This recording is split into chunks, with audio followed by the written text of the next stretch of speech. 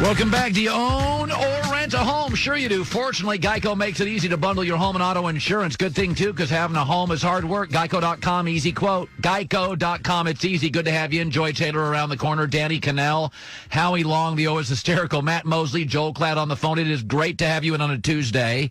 I was talking to friends in the industry yesterday, and I said, at some point, we're going to run out of topics if we don't have games. But we have had 7 straight shows without games where, the NFL is just the gift that keeps on giving. This free agency period, NFL free agency will be much better than NBA free agency this year. Now, last year, NBA free agency was crazy fun. This year, not so much. But this year, the NFL free agency, the Brady move gave us huge talking points. And today, we have another story today, which I tend to be an optimist. I go online. Twitter is such a vile, snarky place where if you just add context to this virus, you get shouted down from the mob. I tend to be somebody that looks at death rates and data points, and I think, okay, we're getting close.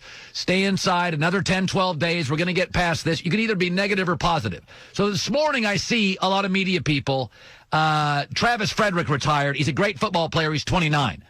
And you can take 2 views on it. And a lot of the media, snarky and cynical, oh, it's bad for football. Here comes the end. No. It is great for football. It is great that great players don't have to go to a 3rd contract. Folks, football is a very safe sport. If the collision window is from 14 to 15 years of age and you retire after a 2nd NFL contract at 29, football is less safe if the collision window is 8 years old, which is stupid. No kid should be hitting at 8, and you have to sign a 4th contract and then stumble the rest of your life. You go from a 30-year window to about a 14-year window. We also have better equipment than ever. Good God, they don't hit in college football practice after September, and the new CBA in the NFL, nobody hits anymore at practice. Ooh, another game. Yes, and no hitting at practice. Football, when the collision window shrinks, and it's shrinking because practices are lightening up, equipment's getting safer, and players like Travis Frederick and Calvin Johnson and Doug Baldwin and Andrew Luck and Luke Kuechly and Rob Gronkowski don't have to have a 4th contract or sometimes even a 3rd contract. You know what I mean? This is not an unsafe sport. Football, I could argue hockey. Hockey, you get all the concussions, all the collisions. It's daunting travel. I know hockey guys who have told me the binge drinking is horrible because of the fighting, missing teeth's a badge of honor. In the NFL, it's a game a week, no hitting in practice. Increasingly light workload, better equipment. Football's always been great at adapting. Baseball's a great sport. It's lousy at adapting. It takes forever to get anything done. Some of that's the strength of the players' union. And in the NFL, you got a weaker player union. So generally, you don't go on strikes. It's a fair deal for owners who don't feel like, they're going to give you more of the revenue, and it makes a lot more revenue. But I've never sided with players in strikes. I generally side for an even playing field. 49% of the revenue split. Allow players more guaranteed money and good health insurance and get them out of the sport by 29. Travis Frederick leaving now is great news for everybody except Dak. It's great news for football. I don't want Andrew Luck playing if he's in pain. I don't want Calvin Johnson playing if he's hurt. I don't want Luke Kuechly getting another concussion. I don't want to see guys have Hall of Fame speeches and they're, honestly, they're hobbling around. They go up to the dais. It's embarrassing. I want guys going up looking like Howie Long and vibrant and dynamic and funny and smart, and that's the imagery we see in football. I love football. It's getting safer. It really is. And go ahead and be negative. Oh, the 17th game. Equipment, rule, you can't hit receivers anymore. You can't hit quarterbacks anymore. Remember when you guys were all shouting, wear a dress? And I remember being at ESPN and saying, stop it. Do you love football? Then you want less violent hitting. We want our stars like Tom Brady to be 43, sleeping in kale pajamas, eating vegetable ice cream, and keep playing. Now, offensive line guys, get out of here. Defensive line guys, get out of here. Positions, linebackers, retire early. Running backs, get your money, save it, move on. But I look at the Travis Frederick situation. I'm like, love him. He had an illness. He dealt with it. He stepped out. I'd vote him in the Hall of Fame. Absolutely. He's a great guy. He's an all-time Cowboy. And he retires now instead of another 4 years in hobbling. Joy Taylor with the news. No. Turn on the news. This is the Herdline News. Well, the NFL is no longer performing prospect visits and suspending all physicals. So Tua decided to give the league his own health update. How? He posted a short video doing a drill that showcased some mobility on his drop and his ability to pivot. It wasn't very long, but it's just a little taste. He didn't show any signs of discomfort. And he's only 2 weeks. This is only 2 weeks after being cleared for football activity. He was cleared for football activity on March 9th. Yeah. 2 weeks after. What did you think when you saw the video? Pow! I mean, look, it was a very short video. It wasn't a very extensive video, but looks fast to me. He looks like he should look. Here's the thing: the suspension of the prospect visits and the workouts that really hurts fringe guys who are late in the draft, small school guys. That's brutal for them. Yes. Because those are the times where you can increase your draft stock or pop, and that's not going to happen now, obviously. So scouts are going to have to do a little more extra work, which we're all at home right now, so watch some tape, make some calls. But for guys like Tua, I mean, look, it's good that he put it out there. We love workout videos in the media. We love them. We can't get enough of them. Keep putting out workout videos, everyone. For whatever reason, we think we can dissect them. But for Tua, we don't really know. We're not going to know until he gets out there and is an actual football activity. So if you love Tua, this is great to see. If you're skeptical about Tua, it's something, I guess. But to me, if you have an opportunity to draft Tua and you need a quarterback, you're drafting Tua. That's all. I personally feel like there's going to be a trade-up to get Tua. Yes. There's probably going to be the Dolphins. This idea that I see all these mock drafts, and the idea that people aren't going to move up. 10 of the last 15 quarterbacks taken in the first round, teams moved up for him. They're moving up. Tua was the best high school player in the country. Before his injury, the best college quarterback in the country. And his new 9-second video is magic. It's magical. Well, he had hip surgery in November, so being cleared for football activity on March 9th is actually very impressive. Yes. But like I said, you've seen the tape, you know what he is. You're going to assume that he's healthy, and like you said, someone's going to trade up and get him. Well, Tom Brady joined the Bucs, a team that hasn't been to the playoffs since 2007. Is obviously a huge deal for Tampa Bay, and linebacker Lavonte David thinks Brady is the piece they need to finally be a real contender. Very excited, man. Very excited. Like Gerald said, we always on the brink of getting there or having, just a couple mistakes here and there that get us from not being in the playoffs or being able to compete in the Super Bowl. We just have a guy who can erase all that, coming in, erasing all that, and know what it takes to get there. Having him at the helm and being a leader, one of the leaders of the football team. Hopefully he can put us over that hump, man, and get us there, finally, and get us to the big dance that we all want.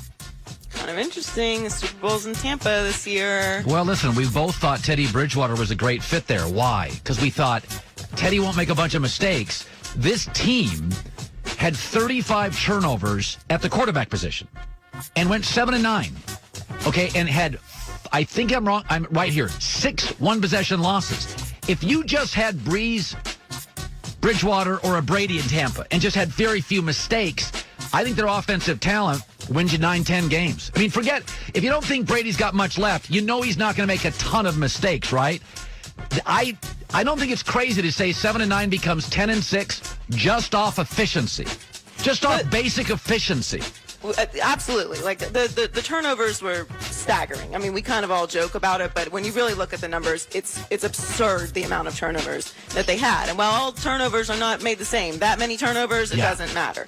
But the interesting thing about the whole element of Brady in Tampa Bay, to me, is we have this image of him as, this Patriot way and do your job. And, like over the past couple years, we're starting to get a little bit more of a glimpse into his personality with Tom versus Time. And now, he's a little more active on Instagram. I think we're going to get a totally open and new personality from Tom Brady. Like, I think he's going to let loose a little bit. Not necessarily on the field. I think he's still going to bring that same mentality and routine and all that. Yeah. But I think we're just going to get to see Brady play loose and have fun for the first time in a long time, and that's going to be a treat. So the Cowboys franchise tagged Dak this year after failing to get a long-term deal done before the deadline, but DeMarcus Lawrence was also franchise tagged before he signed his big contract in 2019, and he thinks Dak is ready to earn his money. Dak is a stand-up guy. He already knows the type of situation and what to prepare for. I feel like he's the ultimate leader, so just understanding his character, and I already know Dak is going to be ready for this position, and when he drives, ain't nothing nobody can save. So y'all going to have to pay him his money. So it's all the chips is in his hand, and, he'll do his thing. Needless to say, you do not agree with DeMarcus No, I think it's the Lawrence? perfect time to franchise him. $33 million is a ton of money. And then if you like, by the way, if you like him halfway through the season without Travis Frederick, work on a contract, sign it before the end of the season and be like, dude, we just had to have 8 to 10 games with McCarthy and without the center. I mean, listen, if we live in a country, if you can be offered $33 million and turn it and say, as a 4th-round pick, and you're offended, it's a great league and a great country. If that's the worst case scenario, that is a great country to live in.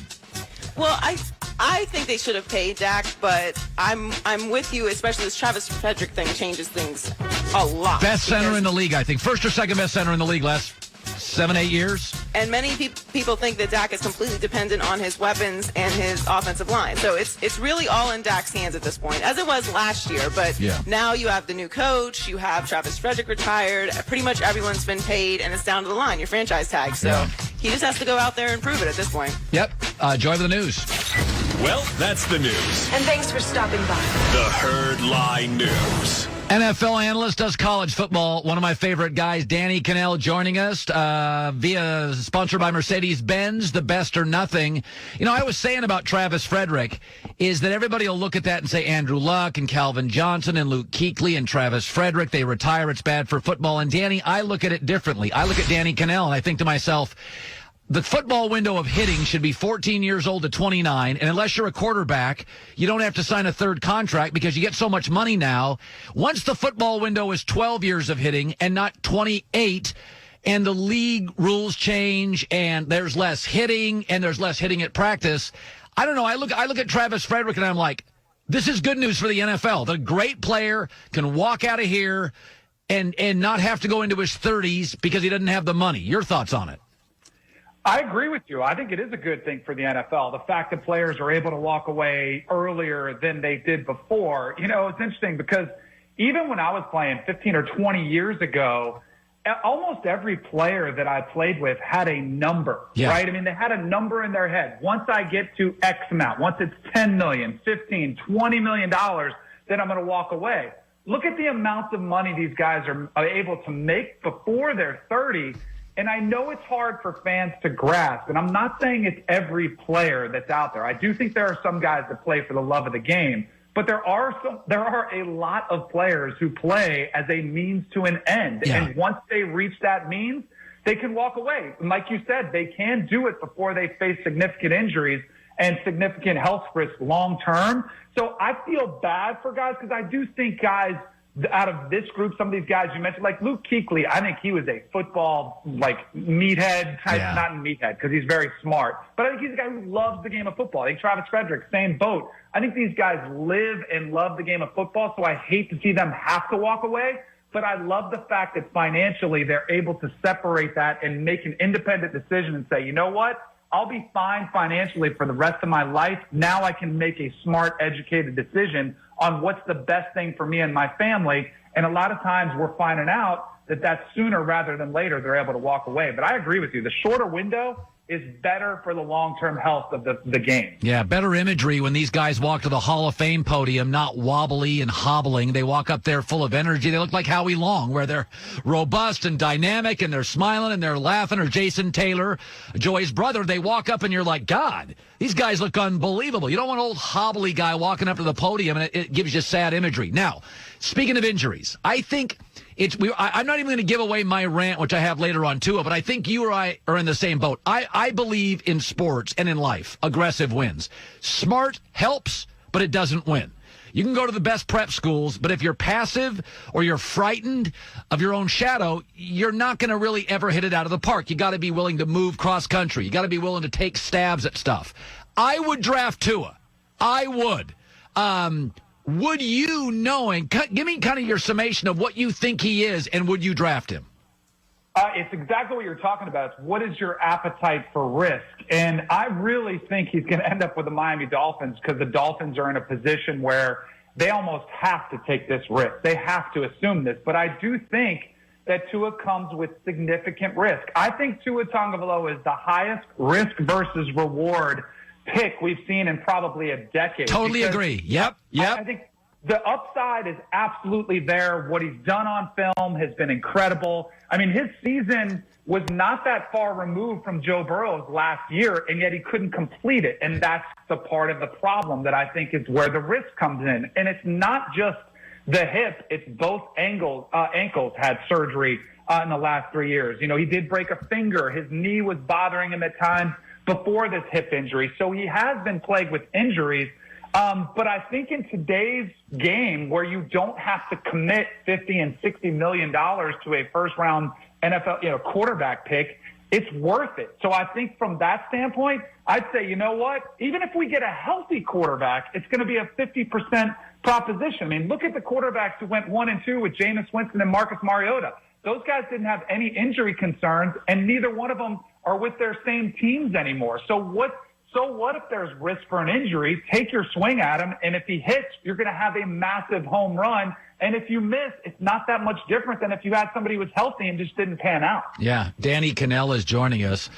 It's funny about this. You and I have opinions, and I don't expect people to always agree with my opinions, but I'm paid to give them.